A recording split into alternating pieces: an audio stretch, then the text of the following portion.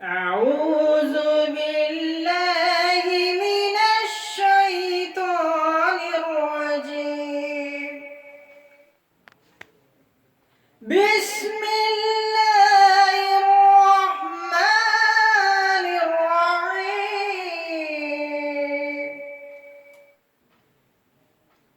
إنا أنزلناه في ليلة القدر وما أدراك ما ليلة القدر. ليلة القدر خير من 1000 شهر. تنزل الملائكة والروح فيها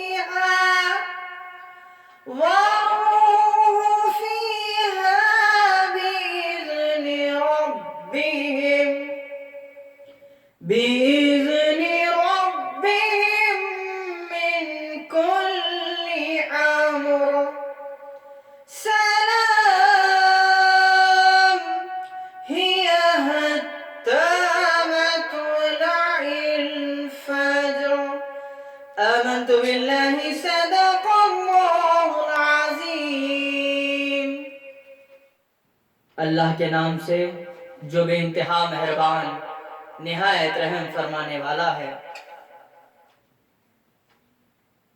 ہم نے اس قرآن کو شب قدر میں نازل کیا اور تم کیا جانو کہ شب قدر کیا ہے.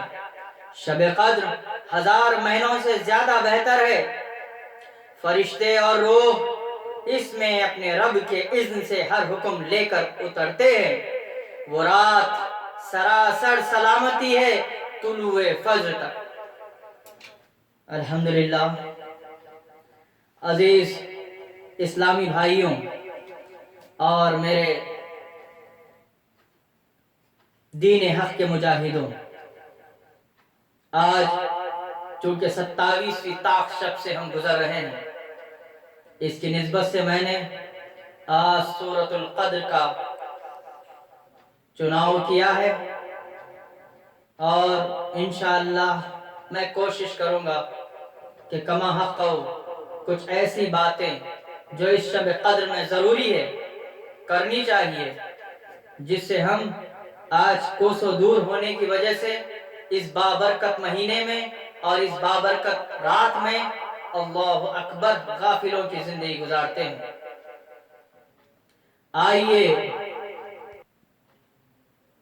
آئیے ہم آج شب قدر کے عنوان سے کچھ معلومات حاصل کرتے ہیں. اللہ تعالیٰ نے قرآن مجید میں اس قرآن کو جو نازل کیا ہے وہ ایک مقدس مہینہ اور پھر مقدس رات ہے، بہت بابرکت والی اور بہت ہی پائیدار، اور اللہ رب العزت کی طرف سے بہت بڑا انعام اس امت کو نصیب ہوا ہے. اس سے پہلے بھی جو کتابیں نازل ہوئی ہیں میرے بھائیوں، وہ بھی رمضان مبارک کے مہینے میں ہی نازل ہوئی ہے، جیسے کہ تورات، زبور، انجیل. یہ تمام کتابیں بھی رمضان مبارک میں ہی نازل ہوئی. مگر ایسی جو رات جو امت محمدیہ کو دی گئی ہے، شب قدر کی رات، یہ وہ رات ہے جس کے تعلق سے اللہ تبارک تعالیٰ نے قرآن مجید میں پوری کی پوری ایک سورت نازل کر کے بتا دیا اور کہتا ہے کہ تم کیا جانو شب قدر کیا ہے. ہم نے اس قرآن کو شب قدر میں نازل کیا، یعنی کہ اس کا آغاز یہ مسلمانوں کا نہیں، یہ پوری انسانیت کا دستور جو نازل ہوا ہے یہ شب قدر میں نازل ہوا ہے. میرے بھائیوں، یہ مردوں کا منشور بن کے رہ گیا، یہ زندوں کا دستور ہے جس سے آج ہم غافل ہیں. ہم قرآن سے جو نصیحت لینا ہے، قرآن سے جو فائدہ اٹھانا ہے، اللہ رب العزت فرماتا ہے اگر تم قلب کا، اپنے دل کا سکون چاہتے ہو، تطمئن القلوب چاہتے ہو، الا بذکر اللہ، اللہ کے ذکر سے، اللہ کی جو ہے سو محبت سے تم اپنے دلوں کا سکون حاصل کرو. مگر ہوتا یہ ہے کہ ہم قرآن مجید سے دور، اللہ کی رضا سے دور، اللہ کے سامنے جھکنے سے دور، اللہ کی اللہ کی جو ہے سو بتائی ہوئی عیش و آرائش سے دور، جنت کی اس خوشبو سے دور، اور ایسے حرکات ایسے کام کر بیٹھتے ہیں کہ جہنم کے کنارے چلے جاتے ہیں، اور جہنم کے کنارے کھڑے کے کہتے کہ ہم بڑے پاک باز ہیں۔ میرے بھائیوں، آج قرآن کو چھوڑ دینے کی وجہ سے آج امت محمدیہ، امت مسلمہ در در کی ٹھوکریں کھا رہی ہے۔ آج اگر میں سوال اٹھاؤں کہ کتنے ایسے لوگ ہیں جو اس مہینے میں بھی آج بھی غفلت کا شکار ہے، اس بابرکت والی رات میں بھی غفلت کا شکار ہے۔ اللہ نے کہا کہ میں نے اس قرآن کو شب قدر میں نازل کیا، اور تم کیا جانو کہ شب قدر کیا ہے؟ یہ 1000 مہینوں سے بہتر ہے۔ 1000 مہینوں کا کیلکولیشن 84 سال، کوئی مذاق و دل لگی نہیں ہے۔ 84 سال آدمی کے اس دور میں تو نصیب والوں کو ہی ملتے ہیں میرے بھائی۔ اگر ہم ایسی طاق شبیں جو ہمیں آتی ہے 21، 23، 25، 27، 29، اگر ہم اللہ کی اطاعت اور عبادت کر لے تو الحمدللہ ہم وہ 84 سالہ عبادت ہم ایک رات میں حاصل کر سکتے ہیں۔ اس میں اصل بیسک اور بنیادی بات یہ ہے کہ اگر آپ 1 روپیہ صدقہ کریں گے تو آپ کا یہ صدقہ 84 سال تک صدقہ جاریہ بن جائے گا۔ اگر آپ اس رات میں استغفار کا ورد کریں گے تو 84 سال کا استغفار ہوگا۔ میرے عزیز بھائیوں، قدر کیجئے، اللہ نے 1000 مہینوں سے بہتر کہا ہے اس رات کو۔ کیوں کہا ہے؟ کیونکہ قرآن مجید کا نزول اسی رات میں ہوا۔ اور ہم بڑے افسوس کے ساتھ یہ کہنا پڑتا ہے کہ رمضان جیسے بابرکت مہینے میں بھی غفلت ہے، بے روزدار بہت ملیں گے، غافل بہت ملیں گے۔ اتنی خطرناک وبا کا شکار ہونے کے باوجود بھی کئی ایسے نامور مسلمان ہیں جو روزوں سے غافل ہیں، جو نمازوں سے غافل ہیں، قرآن مجید کی تلاوت سے غافل ہے۔ اور اللہ رب العزت قرآن میں کہتا ہے 1000 مہینوں سے بہتر ہے یہ رات اس لیے کیونکہ میں نے قرآن کو نازل کیا، یہ پوری انسانیت کا دستور نازل ہوا، اور ہم اسے مردوں کا منشور بنا بیٹھے ہیں۔ جب میت ہوتی ہے تو قرآن کھلتا ہے، ہائے افسوس کہتے ہوئے شرم آتی ہے میرے بھائیوں۔ قرآن کو ہم نے جزدانوں میں لپیٹ کر مہینہ نہیں، 2 مہینے نہیں، پورے 11 مہینے تک اسے تابدانوں میں سجا کر رکھ دیا جاتا ہے۔ لکھنے والے نے کیا خوب لکھا ہے، کہتا ہے کہنے والا، طاقوں میں سجایا جاتا ہوں، آنکھوں سے لگایا جاتا ہوں، جزدان و حریر و ریشم کے اور پھول ستارے چاندی کے، پھر عطر کی بارش ہوتی ہے، خوشبو میں بسایا جاتا ہوں۔ جب قول و قسم کھانے کے لیے تکرار کی نوبت آتی ہے تب میری ضرورت پڑتی ہے، ہاتھوں میں اٹھایا جاتا ہوں۔ میرے بھائیوں، قرآن کو ایک مذاق بنا کر رکھ لیا گیا ہے۔ قرآن سے اللہ رب العزت قرآن مجید میں کہتا ہے وَلَقَدْ يَسَّرْنَا الْقُرْآنَ لِلذِّكْرِ فَهَلْ مِن مُدَّكِرٍ، ہے کوئی اس قرآن سے نصیحت حاصل کرنے والا تو ہم اسے نصیحت دینے تیار ہیں، ہم اسے فلاح دینے تیار ہیں۔ مگر کتنے ایسے لوگ ہیں جو قرآن سے نصیحت حاصل نہیں کرتے۔ قرآن کو بس پوچھ ڈال دیا گیا، جزدانوں میں لپیٹ کر محرابوں کی زینت بنا دیا گیا، اور پھر کہتے ہیں ہم مسلمان ہیں۔ میرے بھائیوں، جب تک قرآن مجید ہر گھر میں نہیں کھلے گا، خصوصاً جو ایمان کے دعوے دار ہیں، جو اپنے آپ کو مسلمان کہتے ہیں، وہ اپنے بچوں کو، اپنے اعز و اقارب کو، اپنے گھر والوں کو قرآن کی تعلیمات سے آشنا نہیں کریں گے، تب تک یہ اللہ کی طرف سے آزمائش امتی محمدیہ پر مسلسل آتے رہے گی۔ دیکھیے، اللہ کی ناراضگی کوئی اس کو منانے والا نہیں ہے۔ اگر منانا چاہتے ہو تو قرآن مجید ہاتھوں میں اٹھائیے اور اللہ کو منائیے، اللہ سے گفتگو کیجئے۔ اللہ رب العزت کہتا ہے اس رات میں روح و ملائکہ اترتے ہیں۔ کیوں اترتے ہیں؟ اس رات میں کیوں اترتے ہیں؟ اس کی اصل وجہ کیا ہے جانتے ہیں آپ؟ ایک واقعہ آپ کو بتاتا ہوں، سن کر آپ شاید عبرت لے۔ ایک بڑا ہی ظالم بادشاہ، بہت ہی جابر بادشاہ، جس کا نام نمرود، وہ بہت نافرمان تھا، اور ایک روایتوں کے تحت بتایا جاتا ہے ابراہیم علیہ السلام کے زمانے کا بادشاہ تھا۔ بعض روایات میں بتایا جاتا ہے کہ دانیال علیہ السلام کے زمانے کا بادشاہ تھا۔ یہ بہت سارے انبیاء آئے ہیں، تاریخ اسلام میں بڑی بڑی تاریخ ہے، آپ اٹھائیے، معلومات حاصل کیجئے۔ اسلام کی جو تاریخ آج علماء نے جمع کی ہے، ہمارے اسلاف نے ہم تک تیار دسترخوان رکھا ہے، ہمیں کھانے سے فرصت نہیں، ہم تو اپنے بہتر سے بہتر عمل کو بھی ضائع کر رہے ہیں۔ بتایا جاتا ہے کہ اللہ رب العزت نے اس کے لشکر کو مچھروں کی فوج سے تباہ کر دیا، مچھروں کی فوج، ایسی فوج۔ ایک لنگڑے مچھر نے اللہ سے دعا کی اور کہا اے اللہ اس ظالم بادشاہ کا میں خلا خامہ کرنا چاہتا ہوں۔ تو اللہ نے کہا جا تیری دعا قبول کرتا ہوں، ایک معمولی مچھر۔ اس لیے اللہ رب العزت نے قرآن مجید میں کہا ہم مچھر کی مثال دینے بھی نہیں شرماتے، اسی لیے تو کہا اللہ نے، کیونکہ یہ مثال اس لیے دیتا ہے کہ انسان اپنی حقیقت کو پہچانے، انسان کیا ہے، کیا تھا اور کیا ہو گیا۔ اس لیے میرے بھائیوں، جب وہ لنگڑا مچھر اس کے ناک کی نلی سے جا کر دماغ میں بیٹھ جاتا ہے، مسلسل اس کے دماغ کو کھاتے کھاتے کھاتے اس کو قطر قطر کے اس کو پوری طریقے سے قلا خامہ کر دیا۔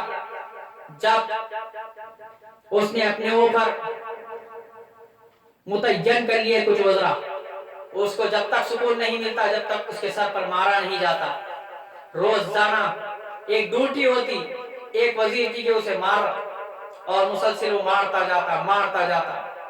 ایک وقت ایسا ہوا، یہ روز روز کا معاملہ کیا ہے، میں تھک چکا ہوں، ایک وزیر نے بہت زور سے لاٹھی ماری تو اس کا سر پھٹ گیا اور وہ وہیں ڈھیر ہو گیا، اور اس میں سے وہ لنگڑا مچھر اڑ کر نکل گیا۔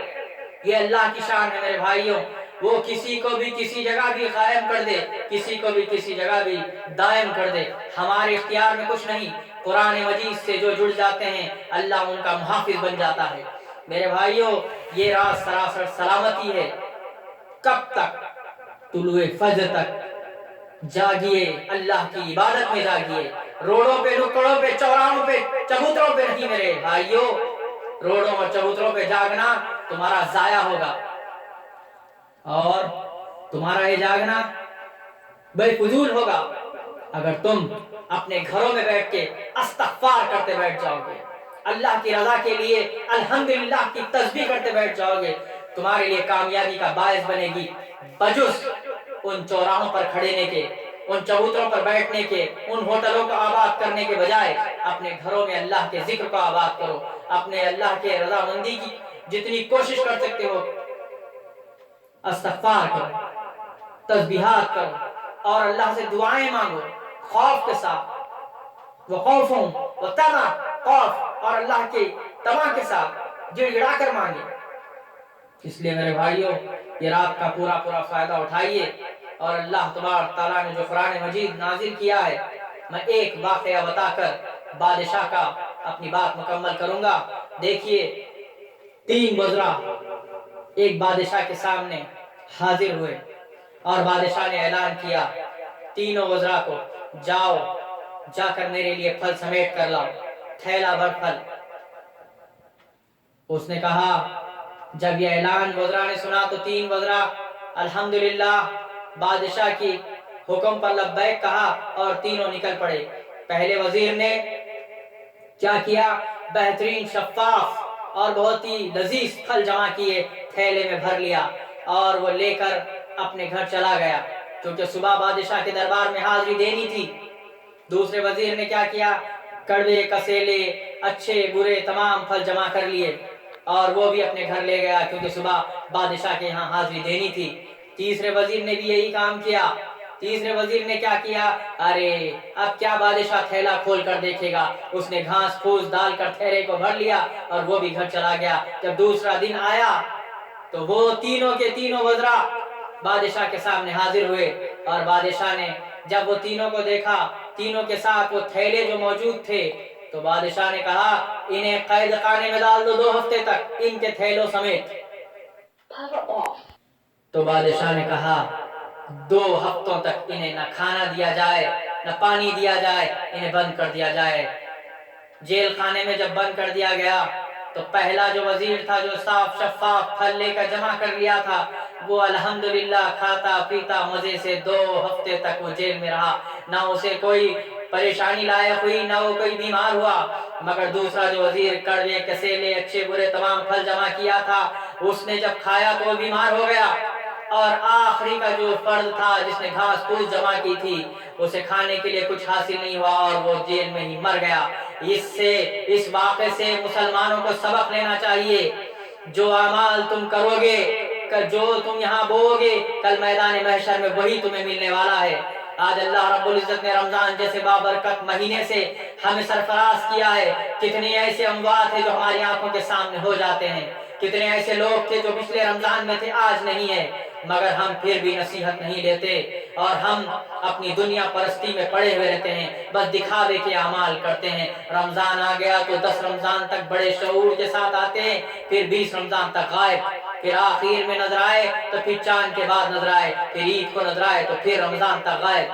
یہ کڑوے کسیلے پھل جمع کرنے والے کبھی درستگی اپنی نہیں کر سکتے۔ بہترین پھل جمع کرنے والا ہمیشہ اللہ کی عبادت اور ریاضت میں ہوتا ہے، اور جو سرے سے اللہ کی عبادت اور اطاعت سے غافل ہوتا ہے وہ اللہ کے قید میں پڑا ہوا رہے گا اور وہیں اس کو موت آئے گی۔ اس لیے میرے بھائیوں، اللہ رب العزت کے پیارے حبیب حضرت محمد مصطفیٰ صلی اللہ علیہ وسلم نے کیا کہا؟ الدنیا سجن المومن و جنت الکافر، دنیا مومن کے لیے قید خانہ ہے اور جنت کافر کے لیے بنائی گئی ہے اس دنیا کو۔ اس لیے میرے بھائیوں، اس دنیا میں اللہ کو راضی کرو اور وہ ابد آباد رہنے والی جنت کو حاصل کرو۔ میں اس موقع پر شب قدر کی رات، طاق شب کی رات، 27 طاق شب کی رات میں اللہ سے دعا گو ہوں، اللہ رب العزت ہمارے تمام چھوٹے بڑے تمام گناہ جو جانے میں کر بیٹھے، انجانے میں کر بیٹھے، اللہ معاف فرما دے۔ اے اللہ، تیرے غفوریت کا تجھے واسطہ دیتے ہیں، تیری کریمیت کا تجھے واسطہ دیتے ہیں، تیری رحیمیت کا تجھے واسطہ دیتے ہیں۔ اے اللہ، تیرے اس غفاریت اور رحمانیت کا واسطہ دیتے ہیں کہ اے اللہ ہمیں آپ صلی اللہ علیہ وسلم کے امتی ہونے کے صدقے میں اے اللہ ہمیں معاف فرما دے۔ بے شک ہم گناہ گار ہیں، خطا کار ہیں، سیاہ کار ہیں، بدکار ہیں، مگر پھر بھی تیری رحمت کے طلبگار ہیں۔ اے اللہ ہم پر سب اور جتنے روح زمین پر بسنے والی انسانیت ہے سب پر رحم و کرم کا معاملہ فرما دے۔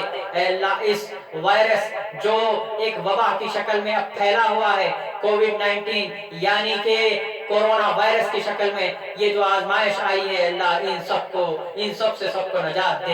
اے اللہ، جو لوگ اس کے شکار ہو چکے ہیں انہیں شفائے کلی عطا فرما دے، اور جو لوگ اس سے گھبرا کر اموات کا شکار ہو رہے ہیں اے اللہ ان کے دلوں میں تیرا خوف پیدا کر دے، کسی اور کا خوف پیدا نہ ہونے پائے۔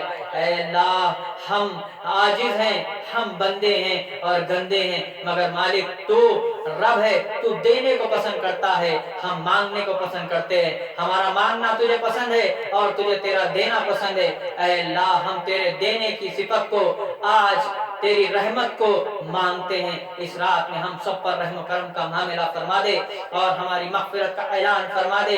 جو لوگ اس دنیا سے ایمان کے ساتھ جا چکے اے اللہ تو ان کی مغفرت کا اعلان فرما دے، اور اللہ تبارک تعالیٰ جتنے لوگ ابھی غافل ہیں ان کی غفلتوں کے پردوں کو چاک فرما دے، انہیں بھی صراط مستقیم پر گامزن فرما دے۔ اے اللہ، ہماری چھوٹی بڑی تمام کوششوں، کاوشوں اور عبادتوں اور ریاضتوں کو تو اپنی رحمت کے صدقے میں قبول و منظور فرما دے، اور اللہ رب العزت اس رات امت مسلمہ کے حق میں بہترین فیصلے فرما دے، اور اگر ہم سے کوئی ایسی خطا جس سے تو ناراض ہو چکا ہے اے اللہ تو اسے بھی معاف فرما دے۔ اے اللہ، تو نہ معاف کرے گا تو کس کے در پہ جائیں گے؟ کس در پہ جا کے ہم اپنے آپ کو گڑ گڑائیں گے؟ کس در پہ جا کے ہم کیا مانگے؟ اے اللہ، سوائے تیرے در کے کوئی اور دینے والا در نہیں، سوائے تیرے گھر کے کسی اور کا گھر نہیں، سوائے تیرے سائے کے کسی اور کا سایہ نہیں۔ اس لیے میرے مالک، میرے پروردگار، ہم تمام جہانوں کے عالم کے پروردگار، تمام عالموں کے عالم، تمام فاضلوں کے فاضل، تمام حاکموں کے حاکم، تمام مالکوں کے مالک تیرے رحم کے طلبگار ہیں۔ اے اللہ، رحم و کرم کا معاملہ فرما دے، اے اللہ رحم و کرم کا معاملہ فرما دے، ہم سب پر رحم و کرم کا معاملہ فرما دے۔ اللہم فضنا من کل بلاء الدنیا وعذاب الآخرہ، ربنا تقبل منا انك انت السميع العليم وتب علينا انك انت التواب الرحيم۔ سبحان ربك رب العزة عما يصفون وسلام على المرسلين والحمد لله رب العالمين۔